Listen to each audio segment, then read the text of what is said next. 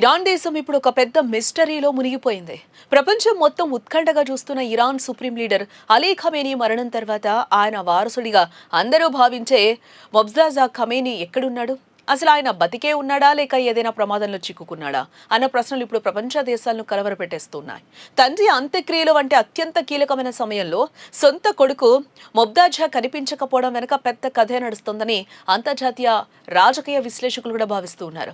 గతంలో తండ్రి అలీ ఖమేనీపై జరిగిన దాడిలో మొబ్జాజా కూడా తీవ్రంగా గాయపడ్డాడన్న సమాచారం బయటకు వచ్చింది. ఆ గాయాల తీవ్రత ఎలా ఉంది? ఆయన కోలుకున్నాడా లేక ఆ దాడిలో ఆయన పరిస్థితి విషమించిందా అన్నది ఎవరికీ తెలియటం లేదు. అధికారిక వర్గాలు కూడా దీనిపై నోరు మెదపకపోవటం అనుమానాలకు మరింత ఆజ్యం వస్తోంది.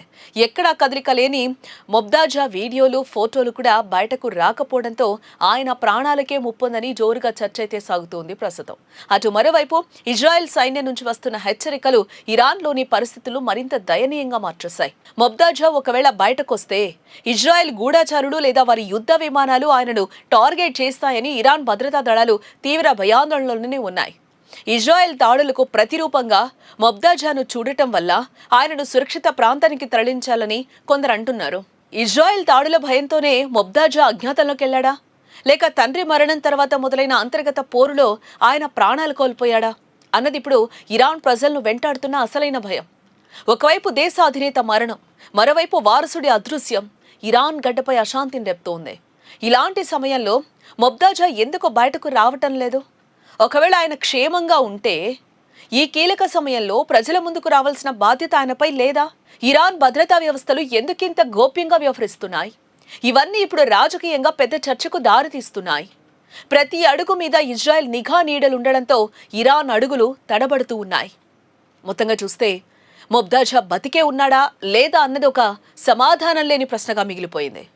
ఆయన ఎక్కడున్నా, ఏ స్థితిలో ఉన్నా అది రాబోయే రోజుల్లో ఇరాన్ భవిష్యత్తుని నిర్ణయించనుంది. ఒకవేళ ఆయన మరణించుంటే ఇరాన్ అధికారం ఎవరి చేతుల్లోకి వెళ్తుంది? ఒకవేళ ఆయన బతికుంటే ఎందుకు మౌనంగా ఉన్నాడు అన్నది ఇప్పుడు $1 మిలియన్ ప్రశ్న. ఇరాన్ పరిస్థితులు రోజురోజుకు మారుతూ ఉండడంతో ప్రపంచం మొత్తం ఇప్పుడు ఆ దేశం వైపు ఆశగా చూస్తోంది. ఈ మిస్టరీకి సమాధానం దొరికే వరకు ఇరాన్లోని రాజకీయ అస్థిరత కొనసాగే అవకాశం ఉంది. మరి మీకేమనిపిస్తుంది? మొబ్దాజా బతికే ఉన్నాడా, చనిపోయాడా? తప్పకుండా ఈ వీడియో కింద కామెంట్ చేయండి. మరిన్ని ఇంట్రెస్టింగ్ వీడియోస్ కోసం తప్పకుండా వేద టీవీని సబ్స్క్రైబ్ చేసుకోండి.